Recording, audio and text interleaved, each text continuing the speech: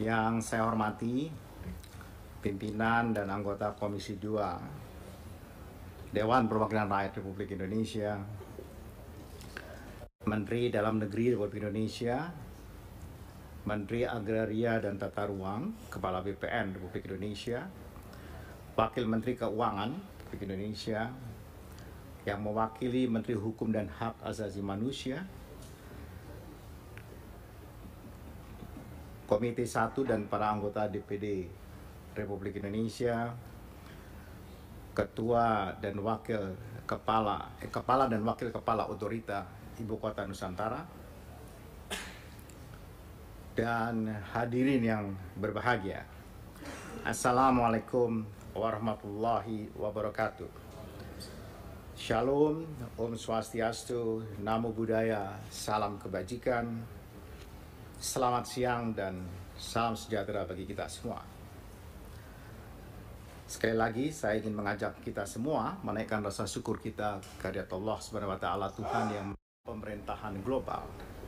Terdapat apa yang disebut quasi municipalities atau municipal special purpose bodies yang khusus ditujukan untuk governing suatu daerah atau special purpose local government organization. Undang-undang ini melahirkan sebuah entitas dalam pemerintahan Negara Kesatuan Republik Indonesia yang bersifat sui generis, yang bermakna bahwa otorita IKN adalah entitas unik, tak dapat dibandingkan. Dan kekhasan ini dimungkinkan oleh pasal 18B ayat 1 Undang-Undang Dasar Negara Kesatuan Republik Indonesia tahun 1945 untuk merespons termasuk volatility, uncertainty, complexity, dan ambiguity. Diperlukan optimalisasi penyelenggaraan pemerintahan daerah khusus yang berujung pada optimalisasi pelayanan publik di Ibu Kota Nusantara melalui pengelolaan keuangan dan kekayaan negara dan kekayaan otorita yang akuntabel dan memenuhi kaidah good governance perundang-undangan. Karena itu, kompetensi teknis spesifik secara cepat dan tepat diperlukan oleh otorita untuk memenuhi target-target pembangunan di Ibu Kota Nusantara, termasuk penguatan kelembagaan otorita dan kewenangannya, serta penguatan pada aspek sumber daya manusia. Pengaturan hukum untuk menjamin kepastian penguasaan lahan baik oleh individu maupun badan hukum haruslah tidak melanggar hak-hak kepemilikan tanah masyarakat dan kepentingan publik, serta tetap kompetitif dalam konteks investasi. Untuk melaksanakan kewenangan-kewenangan yang melekat yang diamanatkan pada otorita, maka secara conditio sine qua non diperlukan pengawasan dan mitra yang merepresentasikan keterwakilan masyarakat luas. Maka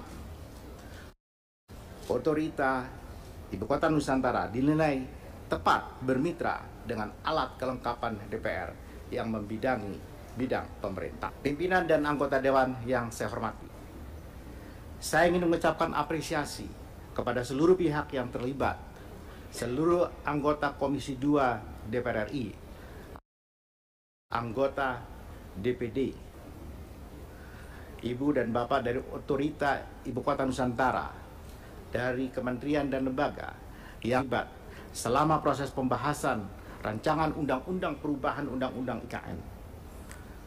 Selama proses pembahasan ini yang secara konstruktif telah terjadi diskusi yang menghasilkan rumusan ketentuan yang tepat sehingga mampu memberikan tools bagi Ibu Kota Nusantara, pemerintah pusat, khususnya otorita Ibu Kota Nusantara, untuk dapat melaksanakan dan mengakselerasi kegiatan persiapan pembangunan dan pemindahan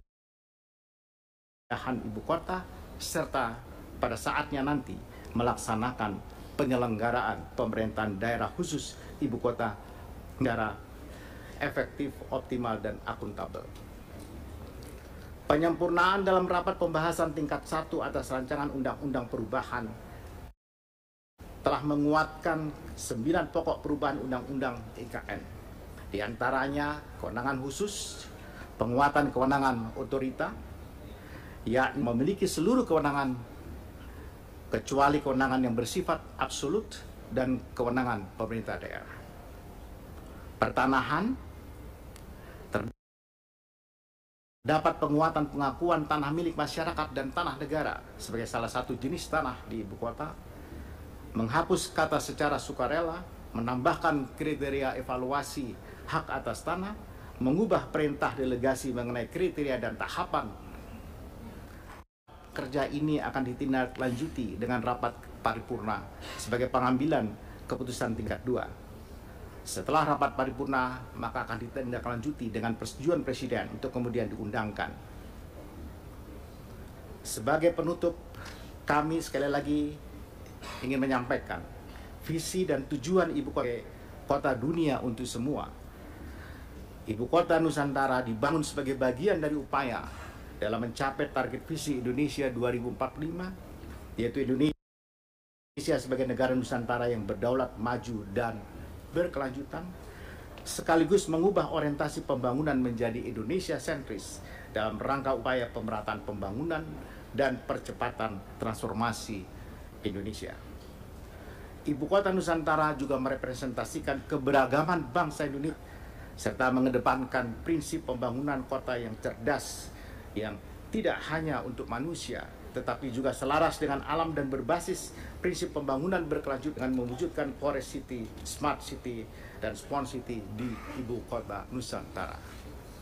Terima kasih. Wallahu muwaffiq ila aqwamit thoriq. Billahi fisabilil haq. Wallahu musta'an. Wabillahi taufiq wal hidayah. Assalamualaikum warahmatullahi wabarakatuh. Waalaikumsalam warahmatullahi wabarakatuh. Jazakumullah khairan katsira, Pak Menteri. Cukup. Sama fraksinya, sama fraksinya.